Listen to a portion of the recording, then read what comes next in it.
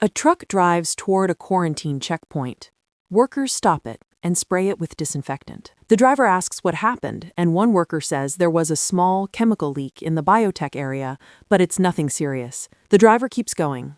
His phone rings, he reaches for it, and accidentally hits something on the road. He gets out and sees he hit a deer. The deer looks dead. After checking his truck, he leaves it there.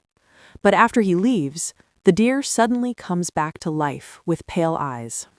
Sakwu, a busy fund manager, is at work talking to a client about selling stocks.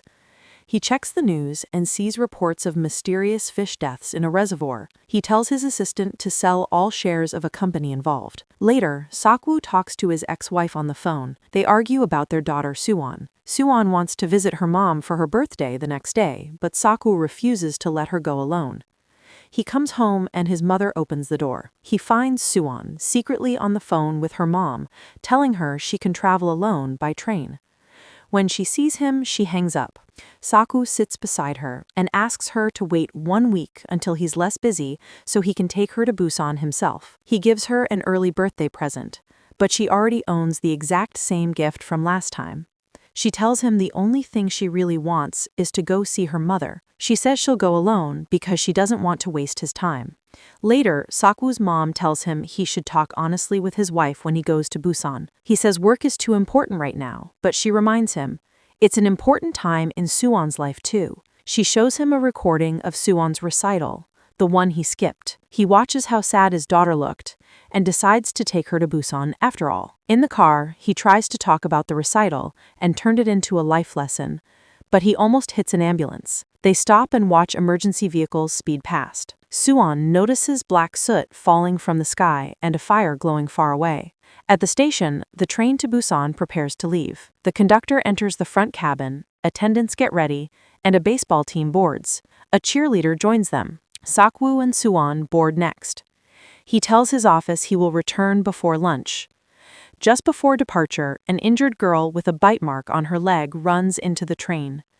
As the train moves, Suwon sees a man outside attacking a station worker.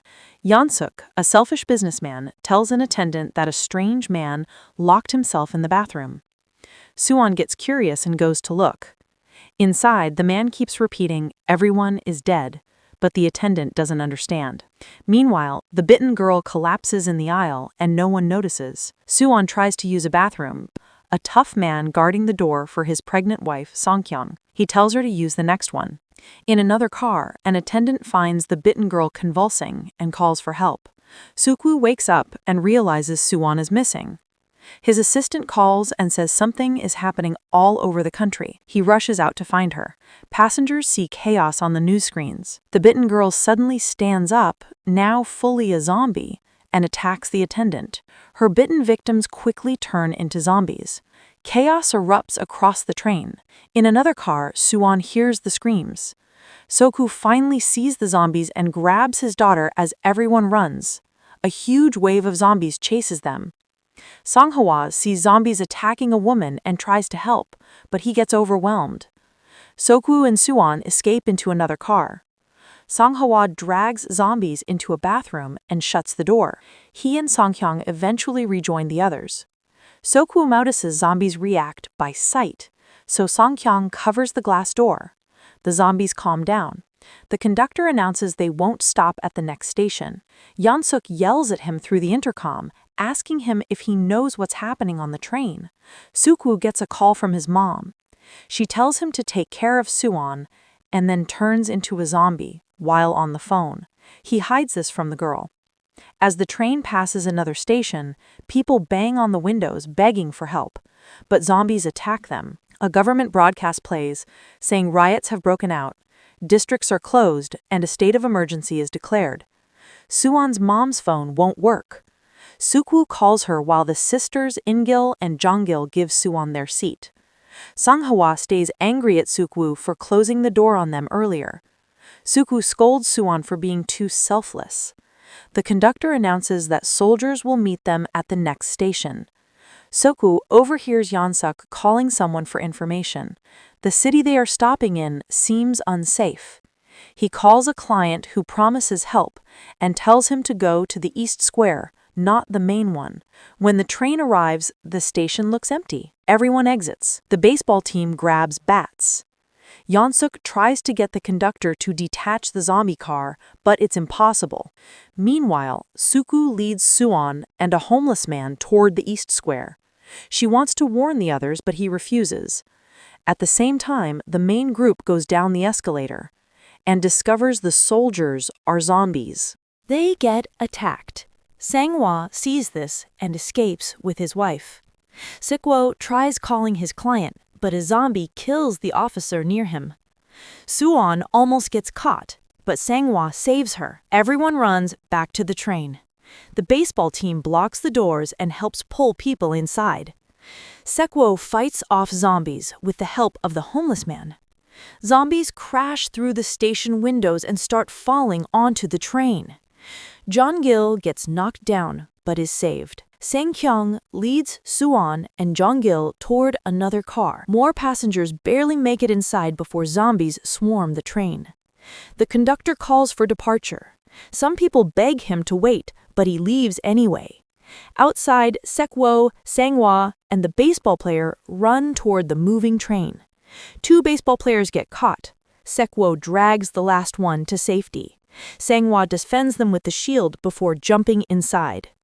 Inside, Sang-kyung, Suwon, and others hide between zombie-filled cars in a bathroom. Zombies attack the door. Sik-woo calls Suwon and learns she is stuck in car 13. The baseball boy says others are in car 15.